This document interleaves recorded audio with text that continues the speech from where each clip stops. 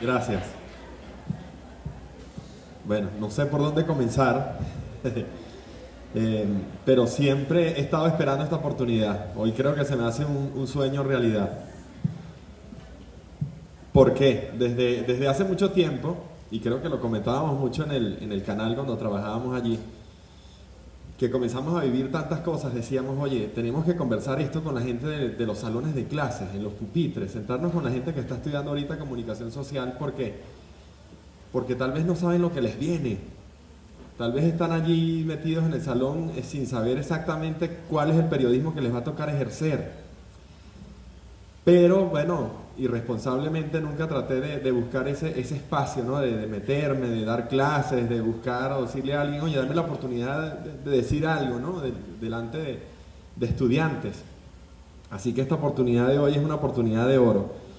No sabía por dónde comenzar, pero es bueno comenzar por lo del currículum. Bueno, actualmente estoy trabajando en el Banco Exterior, pero es curioso que alguien tan enamorado del reporterismo termine trabajando en un banco. ¿Por qué pasan estas cosas en un país como este? O sea, ¿por qué no estoy todavía en la calle de reportero, no? Es bueno esa reflexión cuando caminé de aquí para allá, para acá, me la hacía. Oye, ¿por qué no comenzar por aquí, no? Porque he tenido que, a juro, irme labrando un camino que no pensaba que me iba a tener que labrar cuando estaba aquí, escuchando a otros, a profesores, cuando todavía estaban los pupitres calientes de la Católica, donde también me gradué en el 99. Pensábamos que íbamos a vivir la época de oro del periodismo. Afortunadamente me tocó, creo que, vivir la última parte de esa época de oro del periodismo. ¿Cuál era esa época de oro del periodismo?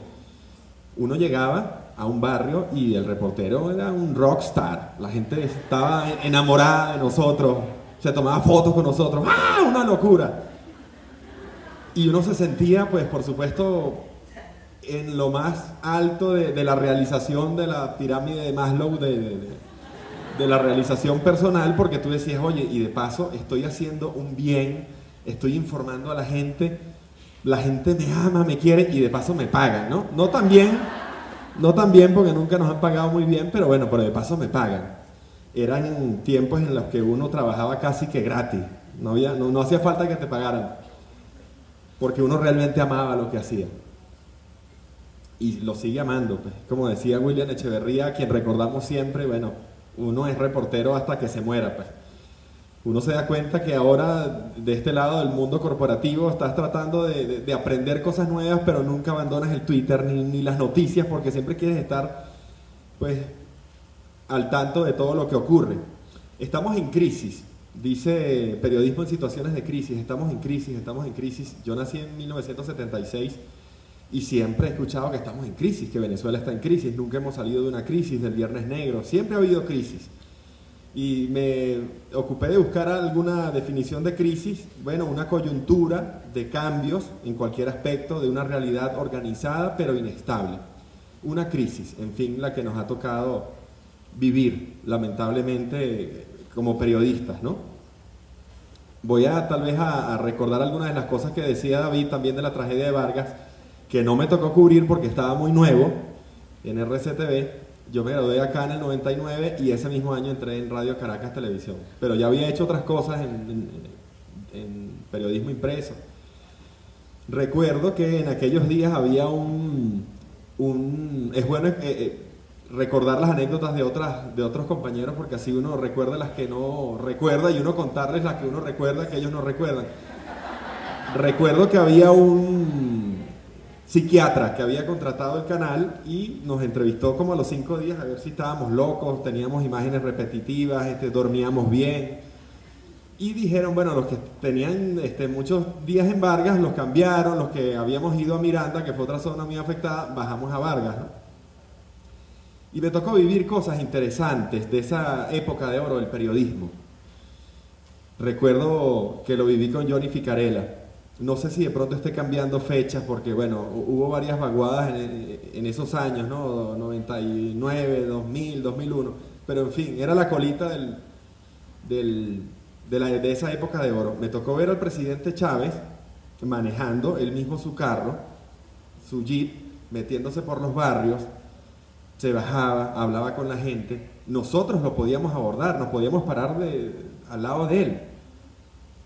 Como a las 2 de la mañana estaba cayendo un palo de agua muy fuerte, eso está en un demo ahí, si ponen demo Pedro Guerrero, en YouTube lo van a ver.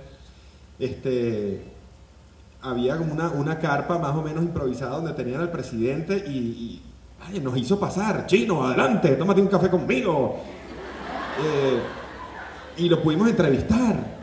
Era una persona de carne y hueso, cercana, que nos estaba dando acceso a nosotros a entrevistarlo, como debe ser, como siempre fue y como sigue siendo en otros países. Nos sentábamos en las oficinas de los ministros, esperábamos a los ministros, conversábamos con ellos. Sí pagábamos nuestros plantones porque como reporteros siempre nos toca esperar 2, 3, 4, 5 horas al entrevistado, pero cuando finalmente llegaba nos hacía pasar a su oficina. Éramos, no sé si amigos, pero teníamos buenas relaciones con nuestras fuentes, nos respetaban, nosotros los respetábamos a ellos. Ya eso se acabó. El periodismo que les toca ahora, cuando salgan de acá, es un periodismo donde no tienen acceso a ninguna fuente, a menos que trabajen para BTV, para Telesur, y quieran hacer propaganda, porque eso no es periodismo, es propaganda. Esa fue la época de oro, ese pedacito que me tocó vivir. No recuerdo el día exacto en que las cosas comenzaron a cambiar. Sería 2002, un poquito antes, un poquito después, que ya esa gente que nos amaba en los barrios nos comenzó a insultar, nos comenzó a escupir, varios escupitajos llevé, golpes, por ejemplo, golpes a nuestros carros. Comenzamos a sentir algo que nunca habíamos sentido de pronto, que era miedo. Era salir a la calle a cubrir una noticia con un sentimiento nuevo en el carro mientras ibas hacia la pauta que te tocaba cubrir. Tú decías, bueno, ¿qué es esto? Porque ahora siento miedo de bajarme del carro. Entonces digamos que a esa subjetividad que tenemos todos, seres humanos, periodistas también, se unía un sentimiento nuevo, nada bueno, que era el miedo, antes de comenzar siquiera a cubrir la noticia.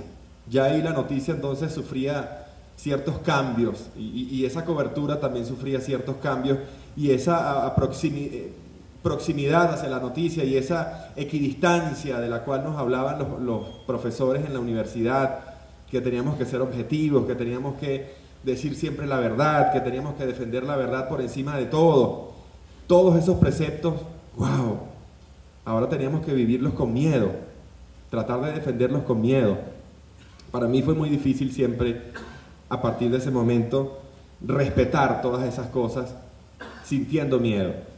Recuerdo que una de las cosas que nos tocó cubrir fue, por ejemplo, a un foro de periodistas que habían vivido guerras, como por ejemplo la de El Salvador, la de Guatemala, guerras, en fin, en Sudamérica, y un periodista, siempre digo que debía anotar el nombre de ese señor y nunca lo anoté y se me olvidó, decía que en aquella época él reconocía que no habían hecho el mejor periodismo del mundo, pero era el que les había tocado hacer. Eso a mí se me quedó grabado y lo llevo como un Padre Nuestro en mi frente, muy orgulloso, porque yo no sé si hicimos el mejor periodismo realmente, pero fue el que nos tocó hacer. Era difícil que tú estuvieras cubriendo una noticia con un micrófono tratando de describir lo que estaba pasando y un tipo pegándote, insultándote, ¡desgraciado! ¿Sabes? ¿Qué reportero puede trabajar así? ¿Qué periodista puede trabajar en paz así? ¿Quién puede ejercer nuestra carrera de esa forma, en ese escenario en el que comenzamos a comenzar a trabajar? ¿Quién puede hacerlo?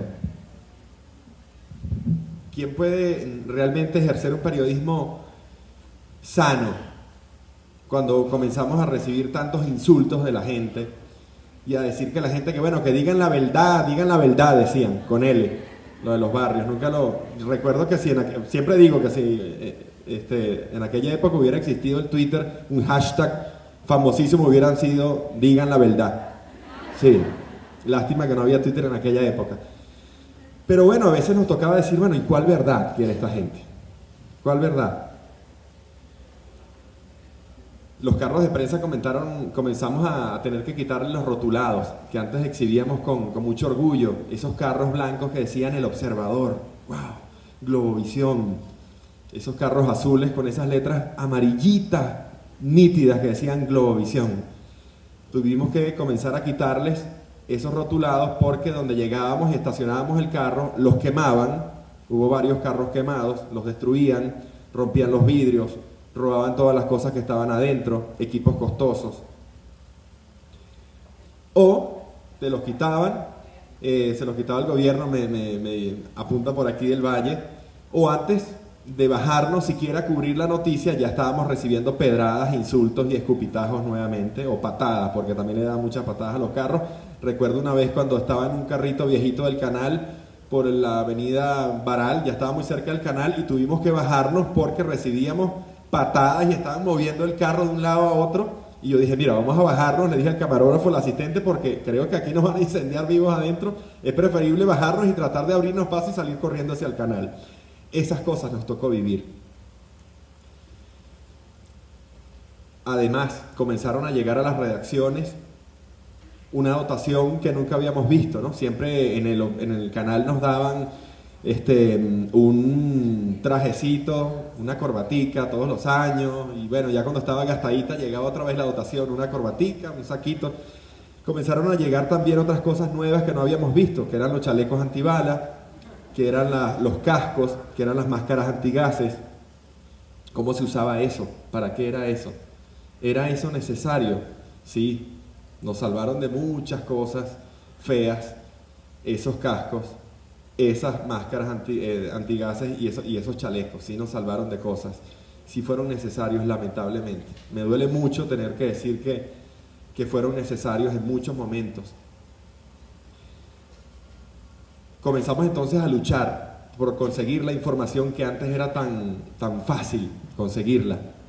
Éramos bien recibidos, ¿recuerdan cuando se los dije? En las oficinas de los ministerios y ahora había que lucharla, pelearla, sufrirla, llorarla para conseguir un poco de información. Es la reflexión tal vez que les dejo. Me encantaría que me hicieran 1000 preguntas, me encantaría poder responderlas. Ahorita cuando me estaba parando, antes de pararme me informaba del Valle que habían dejado en libertad a la jueza María Lourdes Afiuni hace poco.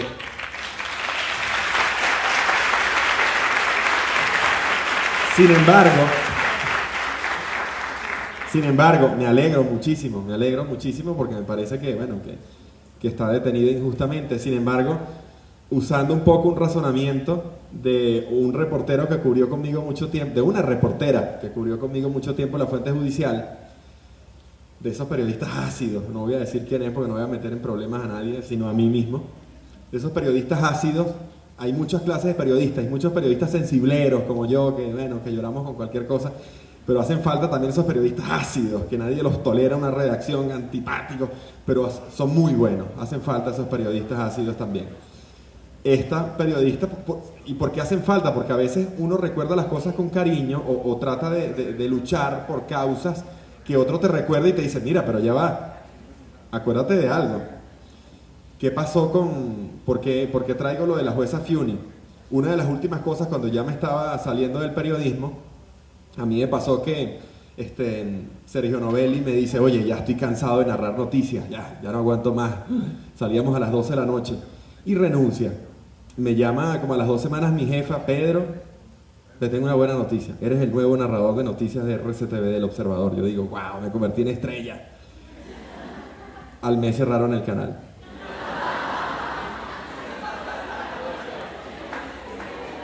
Tal vez por eso, desde 2007 hasta ahora, pues ahora estoy en Banco Exterior, tal vez por algo será, ¿no? Nos ha tocado aprender muy duro, abrirnos paso muy duro y después de tratar de reflexionar y de digerir tantos golpes, decir, wow, o sea, tengo que trabajar, tengo un hijo, o sea, puedo amar el periodismo, pero hay que hacer otras cosas, ¿no? De manera que desde acá una de las reflexiones que les dejo es aprender a hacer otras cosas. Tal vez con nosotros pudimos escoger cuando en aquella época, bueno, yo voy a ser periodista y me fui por la mención de periodismo impreso en aquella época, no sé cómo estén las menciones ahorita acá, o había la de audiovisual o había la de publicidad y relaciones públicas, pero creo que en la situación actual en la que estamos hay que saber un poco de todo, porque realmente no sabemos en dónde vamos a comenzar a terminar trabajando cuando salgamos. Es tal vez la reflexión más importante que les dejo. Primero, hacer buenas relaciones con todo el mundo que puedan hacer. Y segundo, tratar de conocer un poquito de cada área porque no sabemos dónde vamos a terminar trabajando. Pero termino con la reflexión de María Lourdes Afiuni y de esta reportera muy ácida. Una de las últimas cosas que me tocó cubrir fue la fuente judicial, que me encantó. Íbamos siempre al Palacio de Justicia o al Tribunal Supremo de Justicia, que era como nuestra casa, y ahí cuando nos dejaban entrar, y a eso voy, por ahí van los tiros, nos dejaban entrar y también teníamos una oficina de prensa, éramos bien recibidos, éramos bien admirados por los jueces, los alguaciles. De pronto a una jueza se le ocurrió decir, bueno, ya los periodistas no pueden estar en el Palacio de Justicia, sáquenlos al pasillo. Pasó un cierto tiempo, después no, ya en el pasillo no nos sirven, sáquenlos a las escaleras. Finalmente después de las escaleras, sáquenlos a la calle, ahora están en la calle, en la acera, cubriendo la fuente judicial. Esta reportera me decía, ¿dónde estaba María Lourdes Afiuni cuando nos sacaron del pasillo, de las escaleras y en la calle? Estaba ahí, en el Palacio de Justicia. Estaba ahí. Entonces, es bueno tener esos periodistas ácidos que nos recuerdan, ¡epa, ya va! ¡Qué chévere! Bienvenida a la libertad, María Lourdes Afiuni, pero ¿dónde estabas? Que no peleaste por nosotros que estábamos allí. Gracias.